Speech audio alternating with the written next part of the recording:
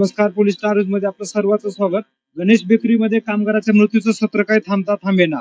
या वर्षामध्ये जवळपास दुसऱ्या कामगाराचा मृत्यू झालेला आहे ऍक्सिडेंट मध्ये. गणेश बेकरीचं मॅनेजमेंट आपल्या कामगाराच्या सुरक्षितेकडे कसल्याही पद्धतीने लक्ष देत नाही आणि याच्यामध्ये इथं कामगारांची वेळोवेळी मृत्यू होत असल्याचं आपल्याला पाहायला मिळतंय. आज तारखेमध्ये आपण इथं पाहत आहोत एका कामगाराचा इथं मृत्यू झालाय. आपल्याला मिळालेल्या सूत्राच्या माहितीकडून आपल्याला असं दिसतंय की हा जो कामगार आहे हा इथं बॅक ऑफिस मध्ये काम करत होता. बॅक ऑफिस मध्ये काम करत असताना गणेश बेकरीच्या मॅनेजमेंटनं यांना फील्ड वरती बाहेर पाठवलेलं आपल्याला मिळालं आहे. पाहायला आपण पाहू शकता कामगाराची बॉडी इथं आहे. कामगाराचे नातेवाईक आपल्या सोबत आहेत.